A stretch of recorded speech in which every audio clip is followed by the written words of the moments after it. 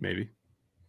Welcome back, folks. It's Locked On Chiefs. It's the first day of training camp. We're really excited. Matt was there in person. This is Matt Derrick from Chiefs Digest. You're going to hear all from him coming up about what we saw, what we think we'll see, and what's going to happen next.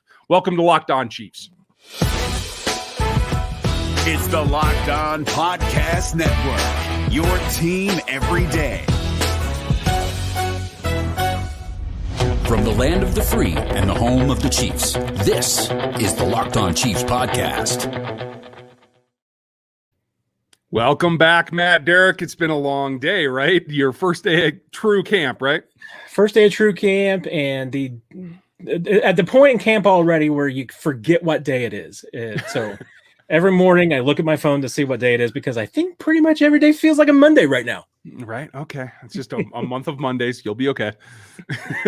It is a marathon. And while you have been in the groove for a few days already, fans were out there for the first time today. First legitimate full team drills. Lot going on. Like, it's almost hard to figure out where to start. But for me, as much as I want to talk about the defense, I think the bigger things were probably on offense today. And that probably began with who was running with the ones when Travis Kelce wasn't on the field.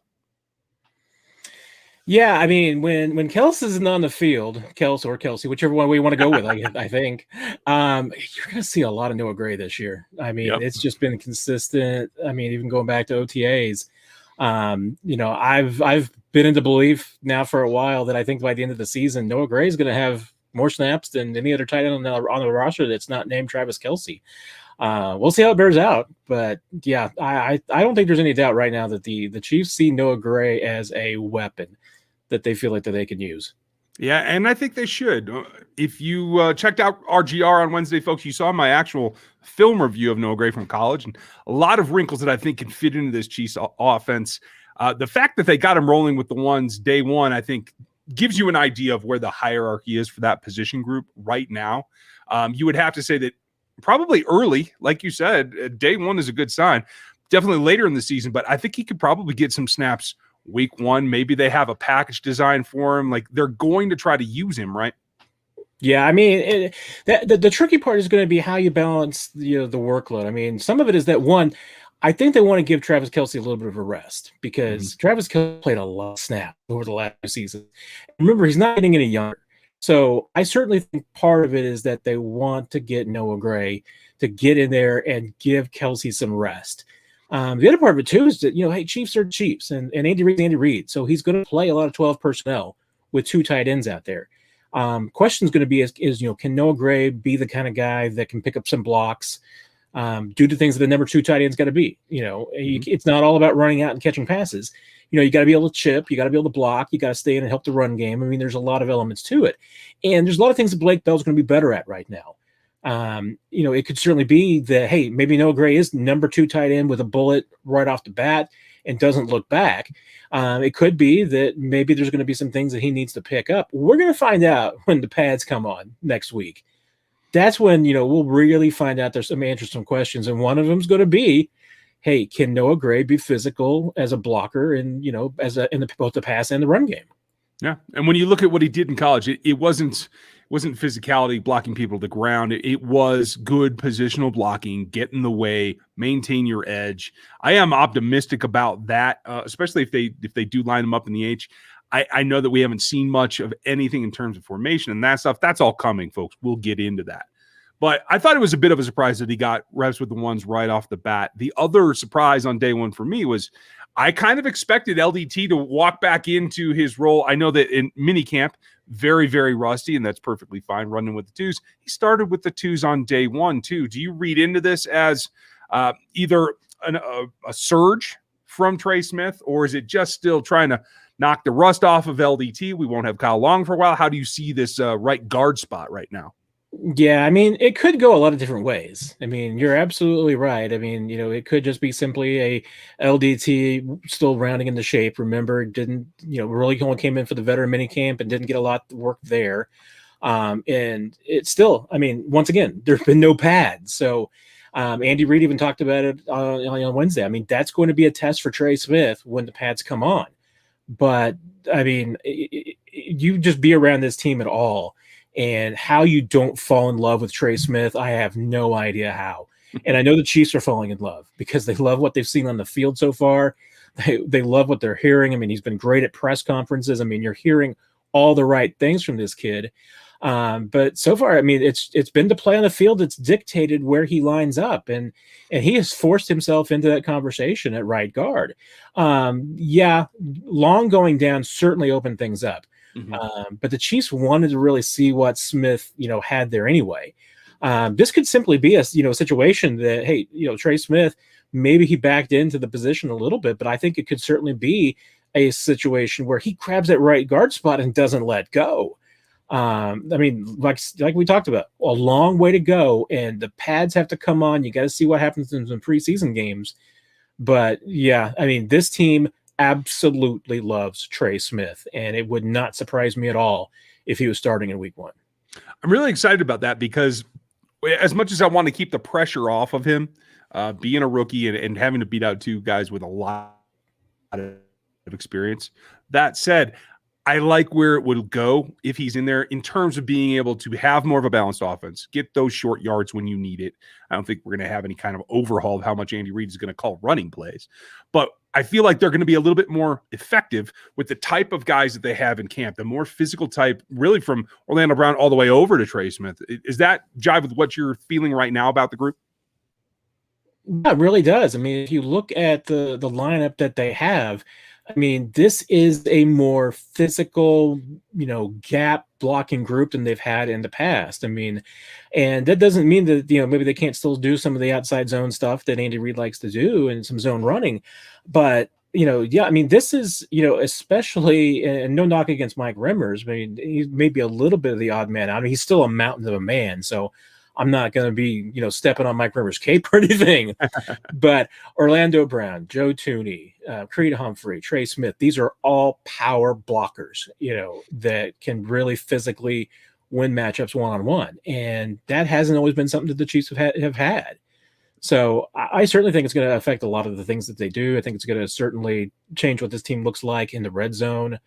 But yeah, it's a different mentality, and you got to see how it gels and how it comes together. But right now, yeah, I mean, I'm really, really interested to see what this team looks like early next week when the pads come on, because I think we're going to see a lot of physicality and some really fun matchups between the offensive and defensive lines. I'm looking forward to that too. We're going to talk about that here when we get back after we tell you about our friends and sponsors. Getting back out to the field, Matt, the thing I thought was really interesting is we've had a lot of storylines about the young guys all summer long, right? And it's been a focus. I think maybe the one that surprised me is it looked like on the offensive side, Mecole Hardman showed up and had a day, right? Yeah, he looked really good. I mean, had a really nice deep completion from Mahomes. It was perfectly thrown, perfect timing. Any questions that maybe, Mahomes and Hardman lacking in chemistry, that throw right there suggested that's not the case. But yeah, I mean, he was on full display on opening day. I mean, you could definitely see the speed. I mean, he said he's been working on his route running. Certainly looked like it. I mean, he looked a lot crisper. There was a few receivers made a few good plays today, but Hardman definitely stood out.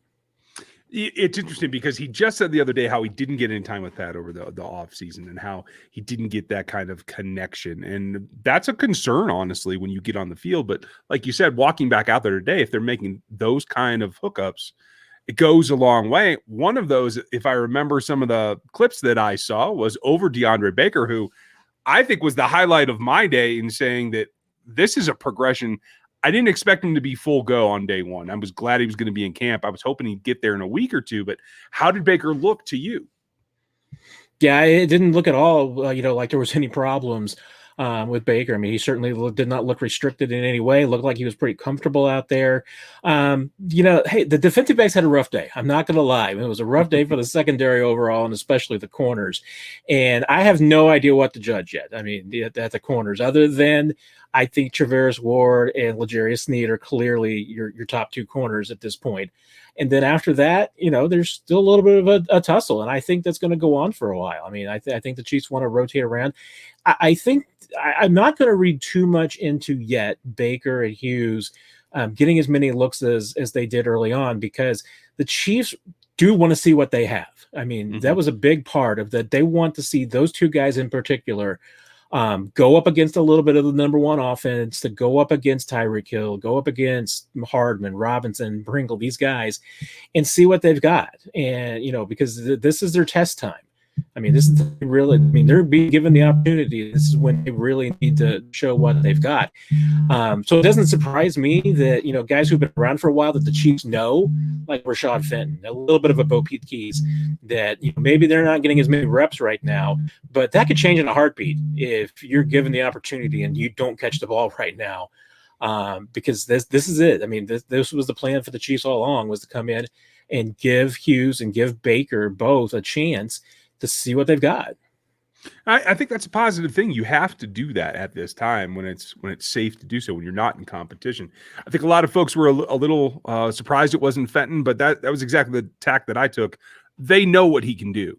It's about having that comparison with these two guys, and I'm sure there's breaking news on your phone right now, but that's okay. We will get to that in a minute. At the end of the day, it's going to be kind of a fight, this whole camp, right? So we shouldn't put any we should put some credit into it, but not too much credit into any one day's effort at training camp, should we? No, especially this early on. I mean, you're going to start to get a feel for some things, and hey, some positions are going to be clear. I mean, when you've seen a guy like Creed Humphrey come in and play with the ones, OTAs, mini camp, and then day one of training camp, I mean, that's something that you can bank on. But other things, you have to see them play out, and there's going to be a few of these position groups where it's exactly that. I mean, who's the starter day one of training camp is not necessarily who it's going to be a week from now or 2 weeks from now, or certainly in week one. So there's some positions, it's going to be that way, but others are going to be, more. And for the Chiefs Super Bowl championship team, got some of those fluid matchups. Staying in the secondary, I was not surprised to see that it was Sneed starting on the outside and then moving in to the nickel. I'll be very interested to see if they do that again tomorrow. If we see that as a pattern, then it really is about who can play on the outside better. And I would kind of give that edge to Baker of the three right now that we're talking about. Does that coincide with what you think? Yeah, I mean, I really think it's a fight. I mean, I really do. I mean, because, and some of these corners have different skills. I mean, Rashad Fenton can play a little bit both inside and outside. I think the Chiefs view Baker and Hughes as both primarily outside guys. Sneed, I think at this point, clearly they believe is their best corner. And not just their best corner, but their best slot corner too. So I don't think that's not, to me, it's not a one-day test. I mean, for Sneed, I think he's going to get the majority of training camp to try and get used to that and make sure that he's comfortable with that role. Now, if it shows up in his play that playing outside and inside is taken away from his efficiency and his success, then I think they'll back off of it and they'll just put him in one role. And that could benefit a Rashad Fenton. If you believe that you want to keep Sneed on the field all the time, but he's going to have to stay outside, maybe that benefits Fenton, who's, I think, viewed by the Chiefs as maybe being a little bit, better as a slot corner. I mean, if it's going to be somebody who's going to be the third rotation, I think Baker might have a pretty good, chance at coming in if it is just as an outside corner. But I think that competition, I mean, it's still wide open. I think there's at least 4 bodies that could win that spot. Maybe some other guys. There's other guys in camp who can fight their way into it too, because I don't think it's a done deal at this point. Well, I don't think anything's done. There's one deal that isn't in particular. We're going to talk about that after we get back from this. Nice lead in that last segment. That was pretty slick. Well. The transition of yours was very nice. I like it. Well, when you set him up like that, it makes it easy. The guy that we're talking about, folks, is Tyrann Mathieu, who I thought was very adamant in his post-practice presser in being just blatant that I am not concerned about where the contract sits right now or what the process is.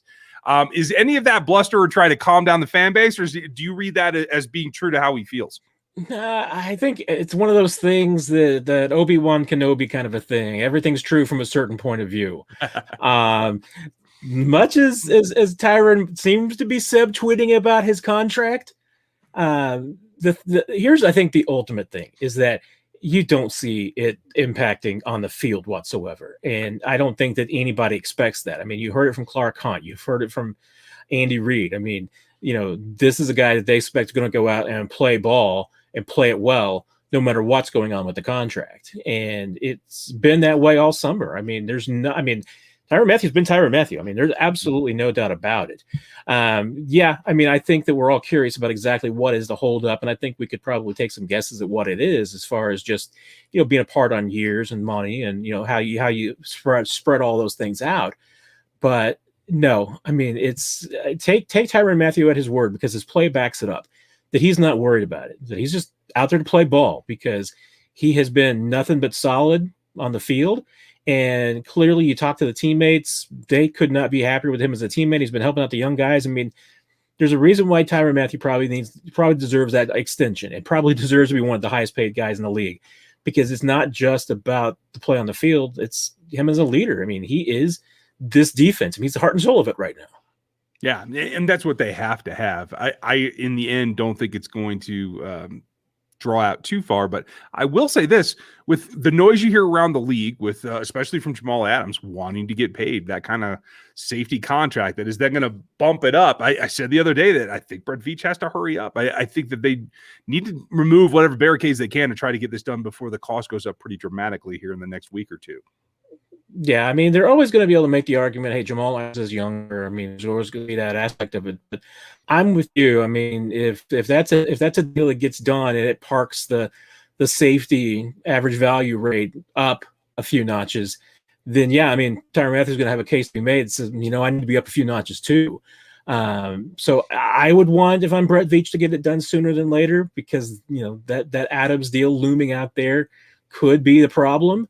But at the same time, I mean, you know, the Chiefs have to do with a deal that they think that makes sense. And, you know, remember, you know, they gave money to an aging safety and it didn't work out for them before. And maybe there's a little bit of being gun shy in that case. I think the situations are a little bit different, and Tyrann Mathieu certainly feels like I think that they're a little bit different. But there's absolutely risk in the NFL. We know it, with committing big money to a player past age 30. And NFL teams are always going to be hesitant about that. And if they're not hesitant about it, it usually backfires on them. Right. That brings me to another guy approaching that age range.